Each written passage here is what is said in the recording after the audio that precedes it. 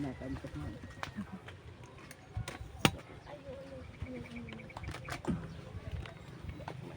Parang alam siya na mampan. Ito na, no?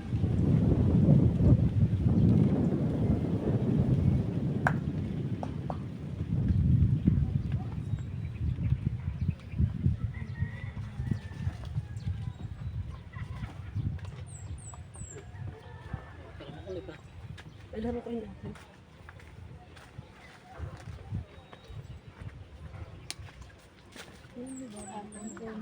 Every time po na makakita tayo ng krus po, lalo na pag sa mga sementeryo, nakakalungkot po tignan po yun.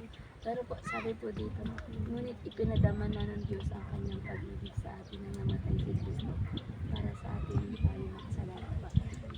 Tayo po kapag tinitingnan na natin yung krus, hindi nakalungkutan yung nakikita natin, kundi pag-asa na. Amen.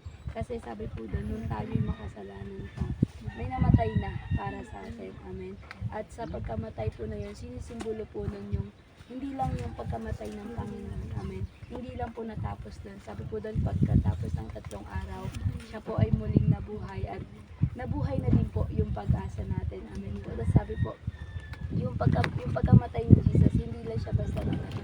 Amen. Pinakita niya kung gaano niya tayo kamahal. Amen po.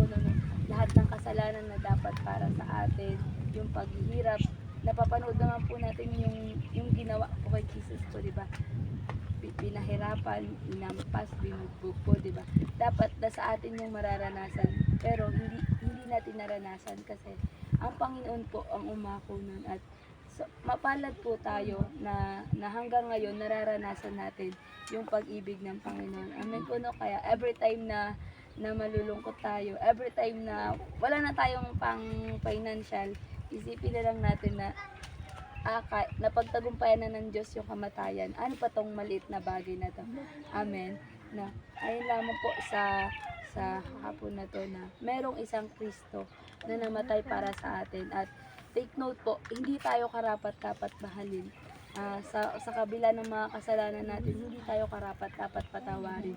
Pero dahil sa mayamang habag ng Panginoon, dahil sa mayamang pag-ibig niya, amen, ginawa niya. At iyon po yung tinatawag nating biyaya. Amen.